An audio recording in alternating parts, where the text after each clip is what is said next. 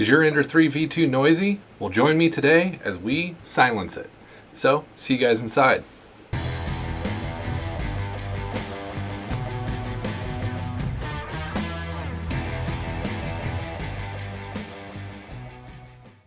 Hello and welcome to today's video. Today's video, as I said, we are going to quiet this Ender 3. Now, I've already quieted it. This is the post-quiet. As you can hear, it is very quiet. And how I quieted my Ender 3 was I changed out the power supply fan, the motherboard fan, and the fan on the hot end. And tremendous impact for me. We'll jump to here in a minute before, and I'll give you an after of how this printer sounded. And honestly, it's a great improvement. I feel like I can have it actually in the office room here with me, where before it was so noisy I had to have it in a different room from where I was working. And it's important that, you know, the printers are running properly, they're quiet, and they're just running right. So basically, there are a few things you will need for this project. Of course, you'll need some Allen wrenches, a screwdriver, a Phillips screwdriver, a flat tip screwdriver, the fans that I'm about to show you here in a second, and some buck converters, because this guy does run on 24 volt. If you're using the Noctua fans that I recommend, you got to knock it down to 12 volt, which those buck converters are really cheap, and the ones that I'm going to show you, you don't even need a voltmeter to work with them. So that's awesome too, because trying to hold on to this stuff and get them tested and get them calibrated can be a pain in the butt. So let's move on to, let's get ready for the project list. Okay, so the part list that you're going to need for this project, as I said, you're going to need buck converters. Now these are really nice. They're found on Amazon. A link down in the description below. They have a voltmeter built right in, so as you're tuning it down on this display, and you'll see in the video as I do it, it will show you what the lower in voltage is, out voltage is, and then you can turn that off. I used 2 of these in this project. The package that I have in the link sells 4 of them, so you should have plenty left over in case you burn one. Yes, I had one smoke on me for some reason. Then one of the fans, you'll need one of these fans at least for the HotEnd fan. This fan is a perfect size, really nice and quiet, works really well. I have this in a couple of my printers. It is a 12 volt fan, that's why we need a buck converter. So definitely need one of these. And then you'll need 2 of these for this project. One for the motherboard and one for the power supply replacement. So this fan, really simple. Links down in the description below to all these fans. Then all you're going to need is a few prints that you're going to have to do from Thingiverse. And I will put links to each of these down in the description below. But basically you're going to need a buck converter covering, the power supply cover, and the GPU cover. You'll have to print those so that we can make these modifications without having to buy something. You got a printer, might as well print it, right? So, but those are the 3 things that we had to print. I still have some tidying up to do, so zip ties, you'll need those, but not a lot of tools were needed here. Wire cutters, strippers, wire strippers, Allen wrenches, screwdrivers. Honestly, that was about all we needed. So, well, no, I take that back. Heat gun, depending on how you want to connect some of the wiring. Now, the cool thing about the power supply in this, the power supply fan on this printer is, the connector is a 12 volt. So that was just a straight connector, which is really cool. With the 80 millimeter fan, you don't get this, but with the 40 millimeter fan, you get a 3 to 2 step down, which is perfect for letting you plug this one right in. So a lot of components come in really handy here. Now, if you were me, I'd recommend getting a second one of these 40 millimeter fans just to have on hand, in case you have a blob or something happen. And you'll see that I made the quick connect connection. That way I can quickly swap a fan off and I don't have to rerun all my wiring.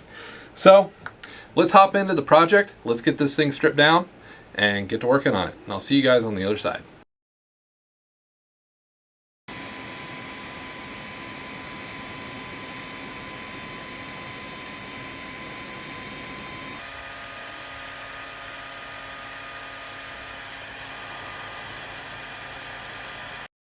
Okay guys, so what you just see here is the power supply.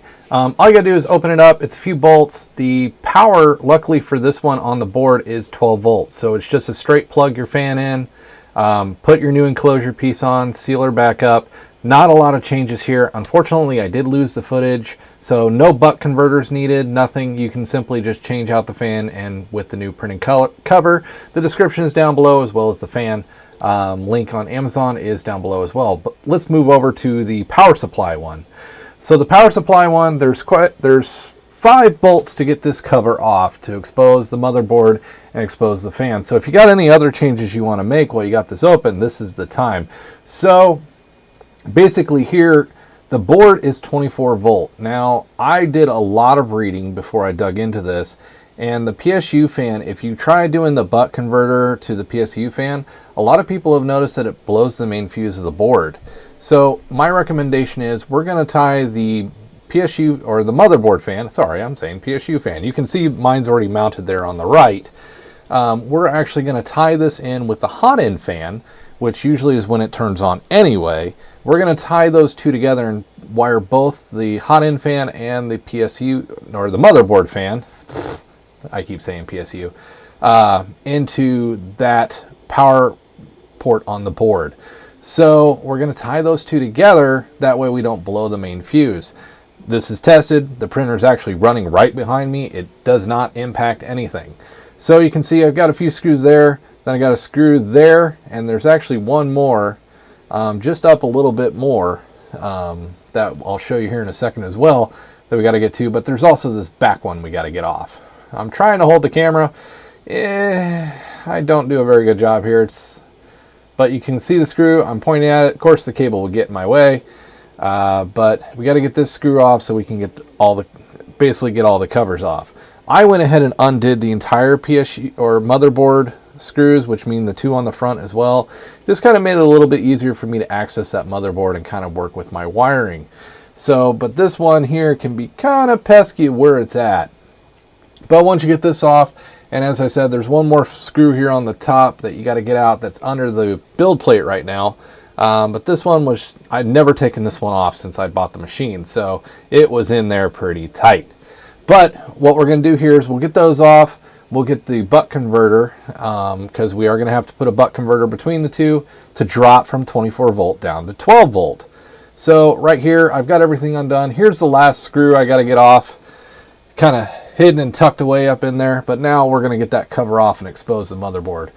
And as you can see, I did undo the front too, but here's the little bitty fan that wishes it could and was driving me insane. So I just unplug it from the motherboard because I want quiet.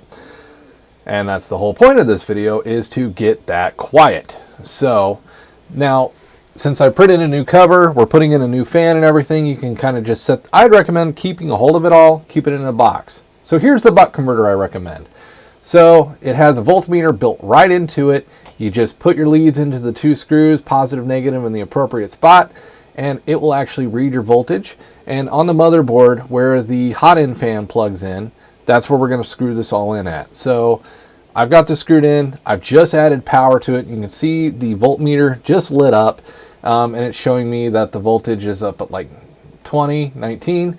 So we got to drop this down to 12 or a little bit lower. I actually do 11.8 myself because, you know, they say 12 volt, but it's always a little shy with anything that you buy out in the world, like a 2x4. It's not really a 2x4.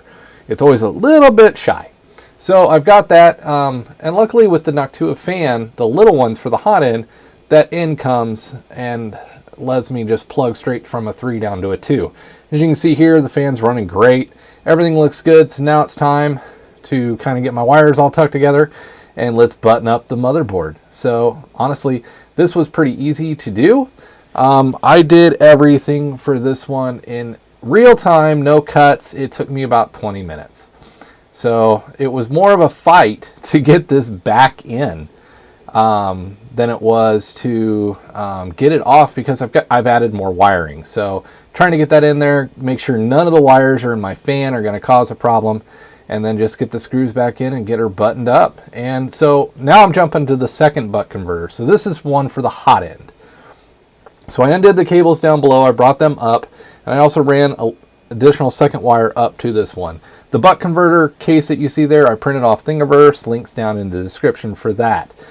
So we're going to do the same thing here. We're going to plug in our power on the inside, and we're going to have the power going out straight up to the HotEnd fan on the outside. So basically for this, you just need a screwdriver and some wire strippers, and we'll get that right into the line. Now, of course, you're working with electrical, so anytime you got exposed wires, make sure you got that printer unplugged and that printer turned off so you don't shock yourself. That's the last thing you want to do, is get a good shock. And there's a good shot of my hand as I do the work there. And we'll get this guy slid up in the little box. We'll power on.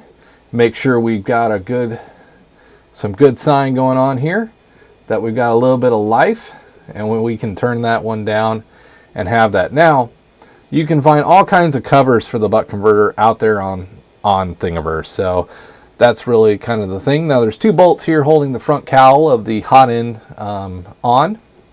So we'll undo those off the back of the Ender 3 there. And then we'll expose the fans themselves, the cowl. Just peel it to if you're looking straight at it, you'll pull from your right and it'll undo everything here. Then it'll come off and you can see your fans and everything. You can kind of see it was being kind of finicky. I didn't want to lose the screws either, because, well, that's always fun when you lose a screw, but it was being a little finicky and coming off. But here's about to pop off. So got in there, little wiggle, and it comes right off. Okay, now with that off, you want to just kind of check your wiring and stuff like that. Make sure everything looks clean. Get a screwdriver. You're going to need a Phillips screwdriver to undo the older fan that's in there. So I'm taking out the 2 screws right now that are holding that in. Kind of trying to show it here. The camera didn't really get it all that well, but there's 2 screws, and then it's kind of held in by clips. Once you get it unscrewed and get those screws, keep the screws, don't lose them. Which you can see the fan there's the screws, and then the fan comes free pretty easy. So while again making sure you have your printer unplugged and powered off, make sure the power button's in the off position, you're going to cut this old fan away. Was the easiest way that I saw to do this, was to cut the old fan away. Just snip it and forget it, because I'm never going to use this thing again. It was so noisy that I just didn't care for it. So there is the snip. We are past the point of no return. So what I'll do is I'll trim those wires. I'm using a little Noctua fan. What's cool with the Noctua fan is it comes with basically two splice connectors, and it comes with the plug. And so what you'll do here is you'll take the 2 connectors, you'll put both ends, one in from the plug, one in from the printer, and then you'll use that splicer. You'll press down on it, and that will connect your connection. That way, if you ever have to change the fan out, say you break a blade or something like that, you can just pop a new fan in and plug it in. You don't have to do this wiring stuff again, which is really cool in my point of view. So there, I've just trimmed the wires. I'm going to trim the wires off the plug, and this plug is built for the 3-prong to go down to a 2-prong for you. So there's no adapter needed here, which is really great. So the adapter that comes with this fan from the 3 to the 2, I used to plug in the other fan on the bottom into a similar connector. Or I used it on the power supply fan. So that kind of gave me a great advantage. You can see now here I'm putting in the splices that come with the fan. So make sure you have the wires all pushed in all the way. I did inadvertently have one come disconnected because I didn't push it in far enough. That was a big surprise and a big thermal runaway error that I got from the printer. But you'll do this red to red, black to black. Then you'll get the fan seated in here. And as you can see, I'm struggling with it and dropping them because, yeah, you know, we don't have enough hands. And, you know, little bitty wires, big fingers, little things. So kind of makes it a little difficult. But once you get these on here, you got your wires connected into the connector. You plug your fan in, and life is pretty hunky-dory. We just used the 2 screws to make sure we mount the fan incorrectly, which you'll see here does take me a couple times to get it right. All the equipment that I used to install here, the print models and all that, all the links are down in the description below for you. So happy printing. All of them can be printed right here on the Ender 3 itself. So if you guys want to see a time lapse of those prints, let me know down in the comments below and I will make that. So here I am getting the fan seated back in. Make sure I've got everything going the right way because I had the wires going wrong. So I'm getting that guy seated back down in there. I do put in the screws the wrong way the first time I do this. So, but once you've got those screws back in, it's just putting the cover back on at that point. And then we're ready to fire up that printer. So let's get the printer fired up and take a look. So here we fire it back, we fire the printer up, just make sure we got good connections, make sure that fan's gonna spin. I'm putting the power cord in now. Of course, moving everything around as I do, getting it good in there and tight. We're gonna power that on, and looky there goes the fan and a bunch of dust. So we're good to go on that fan, so all we gotta do is put this back together.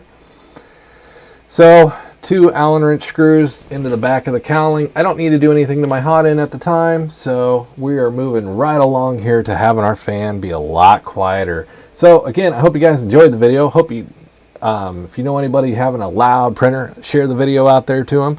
I appreciate any of the shares. If you got any questions about something I didn't show here that you're curious about, please let me know. I do plan on looking into the one fan there on the hot end that I did not replace to maybe even get the printer even a little bit quieter, because when that one does come on, it does whine a little bit, but it's nothing like it was when the printer was running the first time. So I will say I am very pleased. The printer is actually sitting right behind me, and it is nice and quiet where it's not basically just being loud in the room. Now this printer, I had used it for a while, and the way it was sitting back in my print shop, but I kind of wanted a printer up front here with me for prototyping. So the wiring that you see sitting up there, of course, you know, some zip ties, a little bit of gentleness, get that all nice cleaned up and bound up and nice looking pretty. We'll easily fix the glob of wires that are sticking up there. Or you could also take some wrap. They make the netting that you see around the wiring going down to the motherboard, they actually make that in Velcro, where you can open it and close it. You could get a piece of that and make this look nice. But my preferable use, as you can see sitting there with the boating tube, is zip ties. They're cheap, they're simple. So we got this back together. I'm gonna power it back on, and now you're gonna hear the after sound of the printer. So we'll hop over to the conclusion.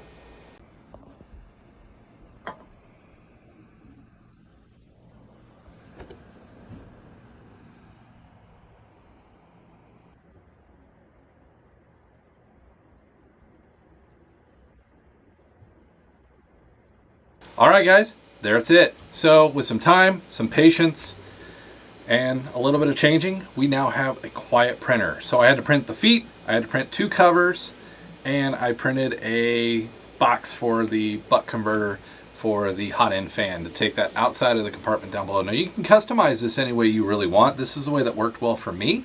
And with the space that I'm putting in, because I have it in an IKEA tower, so I want to keep it as tight as I can, and I still had a Raspberry Pi in there with it, so wanted everything kind of nice, tight, and concise. So that's how I did it. The butt converters make a world of difference, dropping that 24 volt down to 12 volt, and the ones that I got, which will be in the link down below, I mean, they come with their own voltmeter. It's awesome. It makes it a lot easier to just do on the adjust. You're not trying to hold a tester and all that kind of stuff and make sure you're getting your voltage. It tells you right there. So I hope you guys enjoyed the video. Make sure to hit that subscribe button. If you know a friend or anybody that needs help with their printers, send a share. I'd appreciate any help you guys can help me to build this channel to be more than it is, so that I can help more people just like you. So hope you guys enjoy it. Stick around. Upcoming video, I explore putting a second Z-Rod attachment on an Inner 3V2. Will it help the performance? I don't know. You'll have to come check it out. See you guys next time.